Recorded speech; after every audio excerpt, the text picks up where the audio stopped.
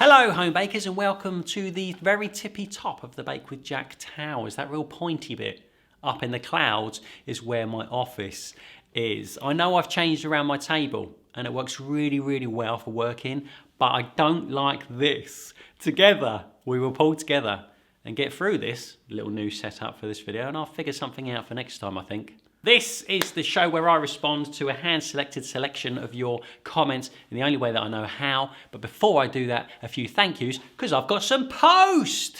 I love getting post in the mailbox. It's the best thing ever. First up, a birthday card from Linda in Seattle. Have a look at that, it's really lovely. And she's even drawn a selection of her own illustrations as well, which is really wonderful. Thank you very much. I'm not sure how you actually found out when my actual birthday was, but it's really kind of you to send this. Thank you. It will go up upon the wall of fame. Next, a really wonderful letter and some photos from Brother Simeon in St. Louis, MO. What's MO? Missouri. I nearly said Missouri, but I didn't want to embarrass myself. Brother Simeon is a proud member of the Homemakers Club. I hope you're enjoying it in there. Thanks for your well wishes. And thanks for sharing what you're up to. It's really awesome. That goes on the wall of fame. And a get well card from Colin. And I want to say Audrey. And if I've got that wrong, I'm really sorry. Thinking of you and hoping that your face is healing good and proper and your former beauty is restored.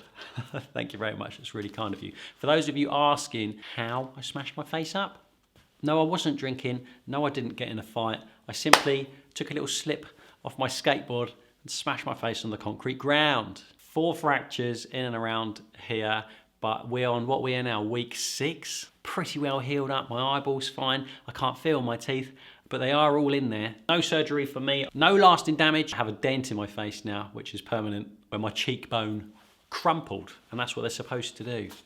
So, all good, no stress.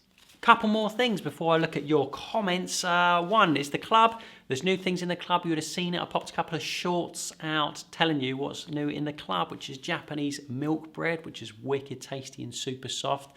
Halloumi and olive breadsticks made with the ciabatta principle to make them light and crisp in the outside, chewy in the inside. And also that banana bread that you've seen me do a few times, probably on social media. And if you've been at a show recently, seen me there. The banana bread recipe is inside the club now too, and you can bake it along with me in real time in your kitchen at home. That's new in the Homemakers Club.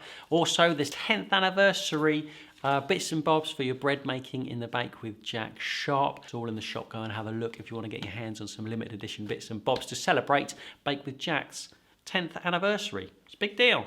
The last couple of videos I put out was number 215, why prove bread dough twice, which is really interesting for me. Having understood the theory, it was the first time I put it into practice to actually see what would happen if I only proved the bread dough once and what the bread would be like in the end. In a word, disappointing.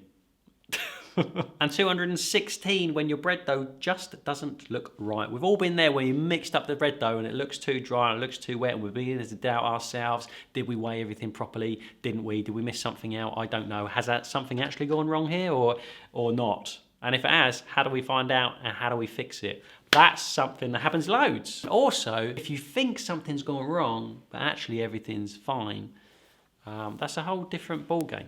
And I really wanted to talk about that too within that video. So let's get to your comments, shall we? Gary Stevens, 8494. Are you the Gary? You're not the Gary Stevens I went to school with, are you? That would be weird.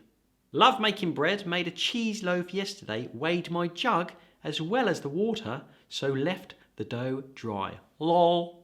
Lol is in the message. I didn't add that. I'm not laughing at you. Classic mistake to make, and one I didn't talk about in that video. When you put your stuff on the scales to weigh your ingredients, make sure you zero it off. It's so easy to weigh your jug as well as the water, or the bowl as well as the flour. It's a very simple mistake to make. Thanks for pointing it out, Gary, because I didn't mention it. Maxine B9598 says things like altitude and weather can make a difference to dough, no matter how accurately you weigh stuff. Correct.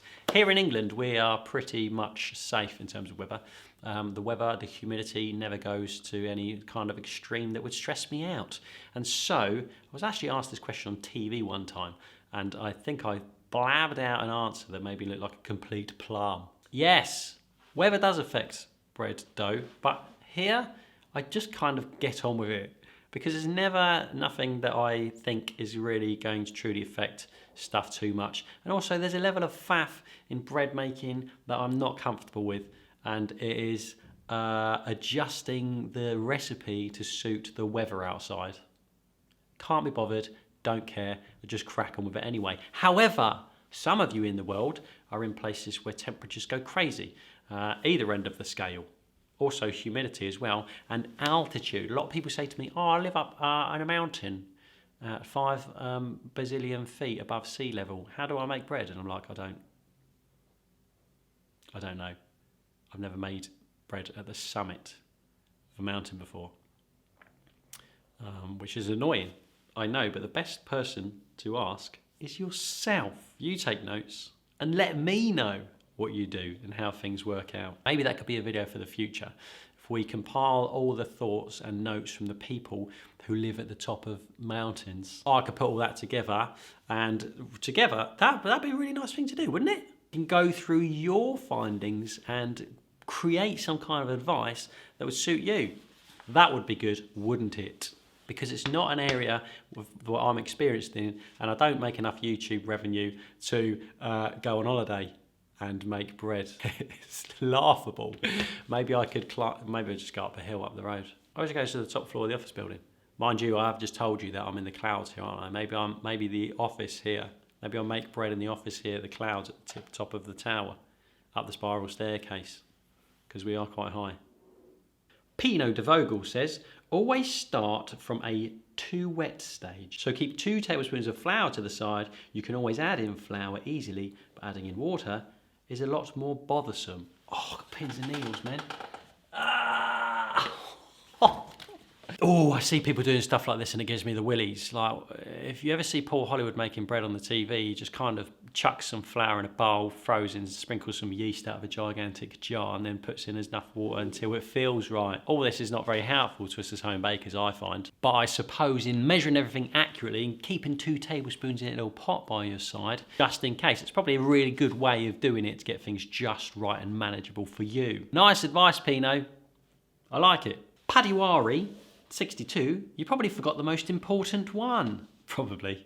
That's always the way I do things around here.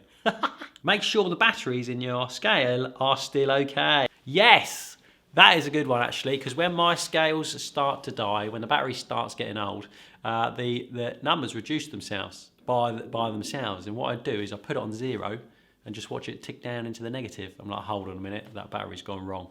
Good shout. That is another way to rule out error on the bread making journey, which is the whole point of the game, is it not? Check your batteries are working all right. Yeah.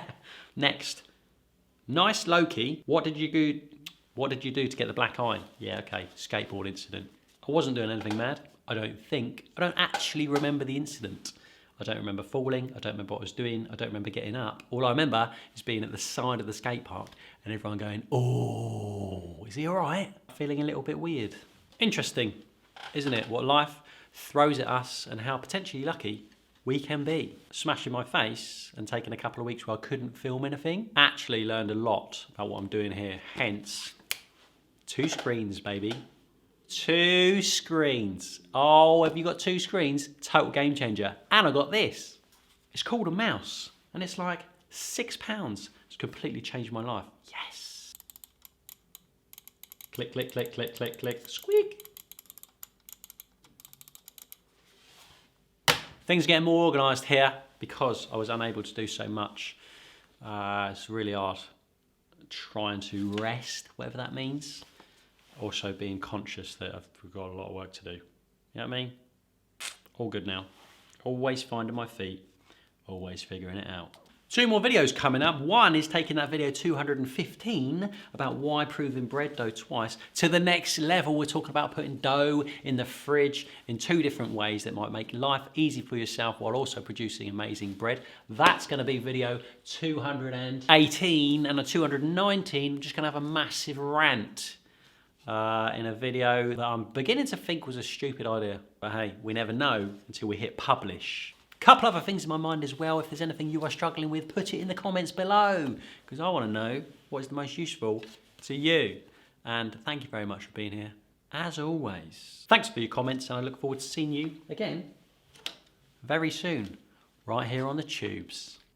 Oh, actually, you know what? I never talk about the Homemakers Bulletin. It's probably the most important thing I should mention. If you want all my content from the week in your inbox every single Thursday, get your Homemakers Bulletin email, sign up. There's a link underneath every single one of my videos to go and get your Homemakers Bulletin. And for free, I'll just send you everything from the week. If you signed up and you're not getting it, check your junk box, because my stuff goes in there sometimes. It's really annoying. And that's it. See you soon. And we'll sort this out. Maybe we'll do it from the couch. It could be called Jack on the couch. I don't know. See ya.